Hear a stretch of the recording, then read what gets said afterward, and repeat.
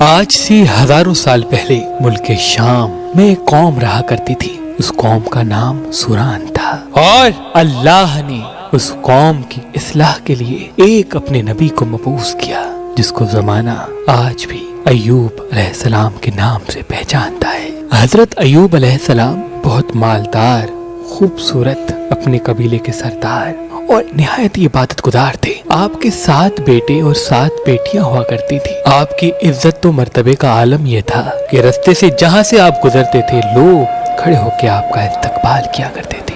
امام علی علیہ السلام نے فرمایا، جب اللہ کسی کو عزیز رکھتا ہے تو اسے صبر سے آزماتا ہے۔ تو بس اللہ نے اپنے بندے ایوب کا امتحان لینا شروع کر دیا۔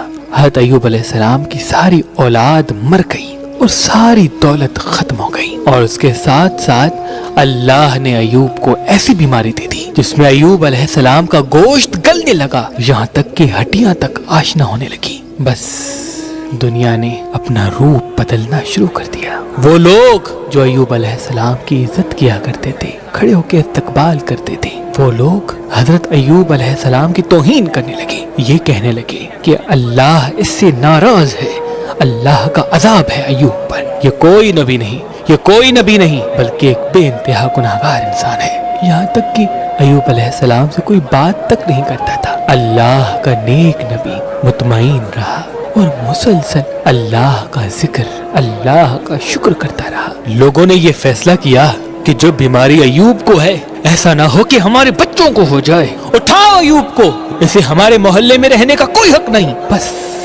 لاٹھیوں اور کپڑے میں لپیٹ کر ایوب علیہ السلام کو کچرے کے ڈھیر پہ پھینک آتے ہیں۔ بس ایوب علیہ السلام کے ساتھ ان کی بیوی اور ایوب مطمئن رہ کر اللہ کا ذکر کرتے ہیں، شکر کرتے ہیں۔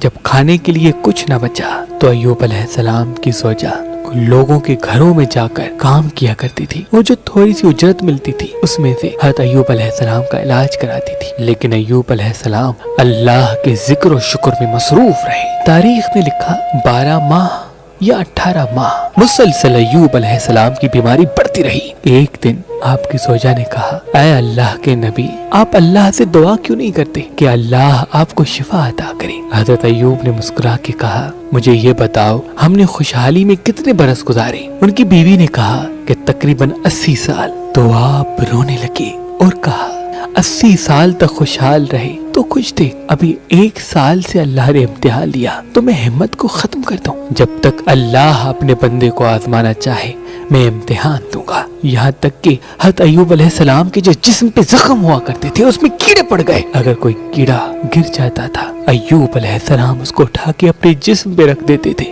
اور کہتے تھے، شاید تمہارے لیے اللہ کا رزق اللہ نے میرے جسم میں رکھا ہے، تم کھاؤ اگر اللہ کی یہ مرضی ہے تو۔ بس جب لوگوں نے حضرت ایوب علیہ السلام کی زوجہ کو کام دینے سے بھی انکار کر دیا، لوگوں نے یہ چاہا کہ ایوب کی بیوی ہمارے محلے میں آتی ہے، ایسا نہ ہو کہ یہ ایوب کے ساتھ رہتی ہے، ایوب کی بیماری ہمارے بچوں کو نہ لگ جائے، اس کو کوئی بھی محلے میں نہیں بلائے گا۔ بس ایوب علیہ السلام کی زوجہ رو رو کے کہنے لگی، اے اللہ کے نبی، اللہ سے دعا کرے۔ تو ایوب علیہ السلام نے ہاتھ اٹھا کر کہا، اے اللہ، یقیناً تو رحم کرنے والا ہے، اپنے بندے پر رحم کر۔ بس یہ کہنا تھا تو آواز غائب آئی، ایوب اپنا پاؤں زمین پہ مارو، وہاں سے چشمہ نکلے گا، اس سے نہاؤ۔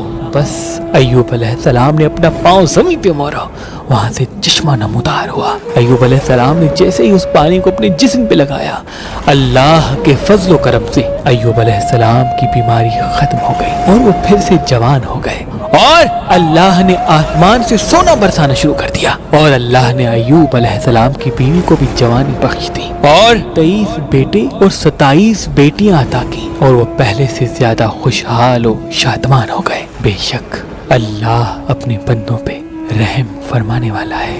اللہ کے محبوب حضرت محمد مصطفیٰ صلی اللہ علیہ وآلہ وسلم نے فرمایا، زندگی میں جب بھی امتحان آئے تو ایوب علیہ السلام کے امتحانات کو یاد کرنا، اور یہ یقین رکھنا کہ زندگی کا اصل نام امتحان ہے۔ جو اللہ کے جتنا قریب ہوگا اللہ اسے اتنا ہی امتحان سے آزمائے گا، تاکہ جنت میں اسے عظیم مقام عطا کر سکے۔